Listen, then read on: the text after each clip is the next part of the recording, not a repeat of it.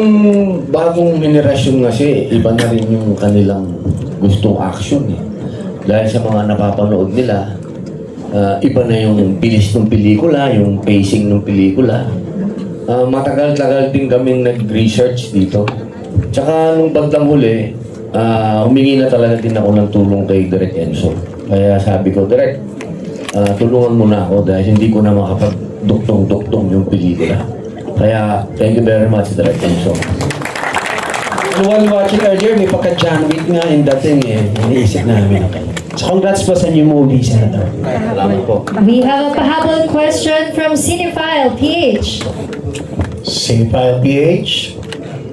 Good afternoon, good evening, Sir Robin at sa whole team. First of all, congratulations po sa film kay Direk at sa inyo lahat. Napakaganda po talaga. Kitang-kita namin yung vision, yung love, dedication ng bawat isa. So my first question po is for Senator Robin and Sir Juancho, gaano katagal yung ginugol nyo sa training dun sa final battle nyo? Kasi sobrang, paano ba, mako-compare ko nga talaga siya dun sa other martial arts film na nakikita ko sa Vietnam, sa Thailand, sa Indonesia. Si Juancho naman po madaling turuan. Dancer ka ba? Hindi, pag dancer kasi madaling turuan. Oo, kasi ibig sabihin yung choreography nung gagawin mo mabilis. Kasi mabilis siya eh. One session lang yata kami nang nangyari yung training niya sa knife. Knife naman, marunong naman makipagsuntukan to.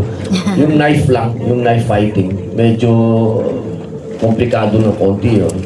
Kaya nag-training kami ng isang araw sa bahay, tapos sa shooting, yun nga sabi niya, mga 6 hours na, kasi iba na pagka-fight na eh. Yung training, sisiw lang yung training eh, pero yung speed na ba? Yung sumasaksak na sa'yo, paano mo sasaluin, paano mo sasanggain, mahirap na yun.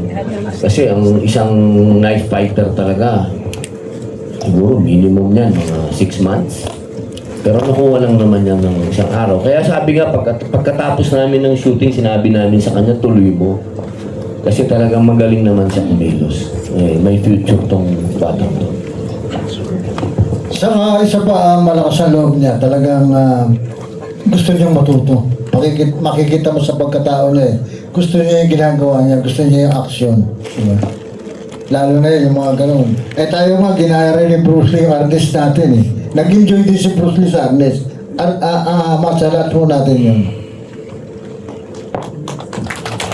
So, thank you po sa sagot mo. Napakaganda. Yun po ay actually yung pinaka-paborito kong part ng pelikula. Sobrang ganda nun. Second question is, ano-ano po yung mga napakita yung martial arts, Filipino martial arts specifically, at mag-expect po ba kami ng integration ng Asian martial arts sa part 4? Opo, talagang ako po ay aaminin ko na sa inyo, na-inspire po talaga ako sa Malaysia. Kasi yung silat, atin din yan eh. Matandang martial arts din po yan ng mga Bangsamoro. Hindi lang natin masyadong pinractice dahil masyado tayong naging fond ng mga Korean, ano mo na, hindi natin, marami dito, taekwondo, diba, judo, yan. Pero yung FMA, naiwan eh. Kaya po sa Bad Boy 4, papakita pa natin yung mga throwing. Kasi nakita niyo dito, parang konti pa lang yung throwing niya, konti pa lang yung mga, hindi pa masyado yung, kasi ayaw din namin, ito lahat, baka wala na kaming mapakita. Hindi pa naman kami masyado pa nga nagpapakita pa ng parehong naka-itak o parehong naka-knife. Unti-unti. Dito pa lang, parang patikim pa lang eh. Patikim. Pero hindi tayo talaga magpapaiwan. Kasi medyo malayo na talaga yung silat eh. Ginamit na ni John Wick eh. Oo. Keanu Reeves. Keanu Reeves eh. Oo, kaya malaki-laki pa yung hahabulin natin. Kaya sana yung mga batang artista ngayon, ma-inspire kayo dito na gamitin natin yung atin. Tama po. Sobrang ganda po ng vision nyo, Senator. And my last question po, ito po sobrang mahalaga po nito for me kasi ang ganda po talaga ng output. So up to what extent yung gagawin nyo para lang mailabas to as R18 Dahil ito po yung totoong vision nyo sa pelikula na sobrang nagustuhan po namin talaga.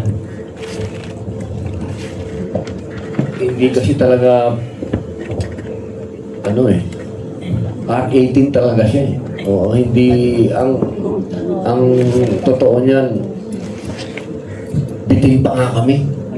Oo, bitin pa kami kasi mas violent pa talaga yung nasa utak ko. Pero ako na lang ang inaawat nung aming BFX. Kasi talagang mas gusto ko talaga yung brutal talaga eh.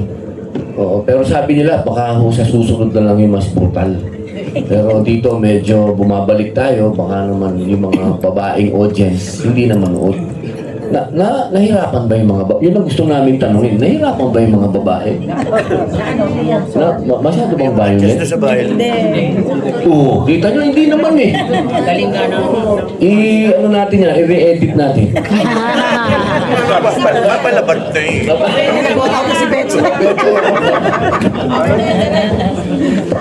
Kasi yung original nito, tagaan to. May tagaan to eh. Inaawat na lang nila ako. Huwag muna yung tagaan sa Bad Boy 4 natin ilabas yan. Kasi talagang iba talaga ang Pinoy eh. Pag nakita mo yung double blade ng Pinoy, pambihira. Walang sinabi yung tsaka na lang ako magyayabang pag nagawa na natin. Kailangan po. Thank you so much. Meron pang isa, dapat huli na yun, pero may pahabol pa si Mr. Jojo Gabinete. Di ba natin tatanungin yung ating mga... Oo, but Sir Jojo, sandali lang, excuse lang ha, kasi baka makalimutan natin. Kasi malaking bagay din ang partisipasyon nila. Halika, dito na kayo, dito na. Dito kayo, sama kayo dito. Baka patayin ko lang, Sir Jojo. Mga experience na din. Dito lapit. Dito lapit. Nakita kayo dito lapit. Bong Revilla, Christopher De Leon. Wala si Manny Pacquiao na. Wala si Cesar. Cesar Montano wala. Pagkwento kayo. Pakwento ka. Nakakuha lang ng pasto eh.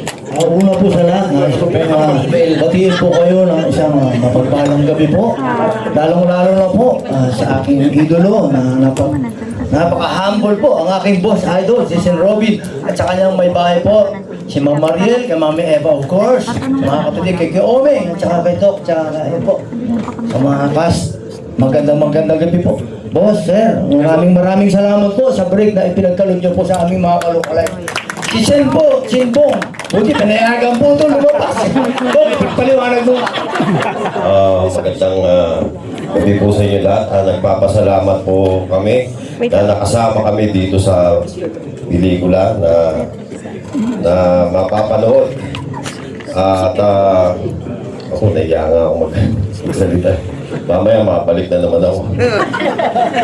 Pero ganun pa man, sinama ko na rin yung ating tahimik na senador, Lito Lapid. Sintolits, magsalita ka ha, baka mo eh. Ano mo? Una po sa lahat, magandang gabi po sa akin lahat. Maraming po salamat sa lahat po ng bumubuo ng Bad Boy 3, lalong-lalo po sa ating senador, ang ating bida. Maraming salamat po. Napakaganda po ng naging experience namin dito. Nabigyan po kami ng magandang pagkakataon na ma-expose po dito. Sa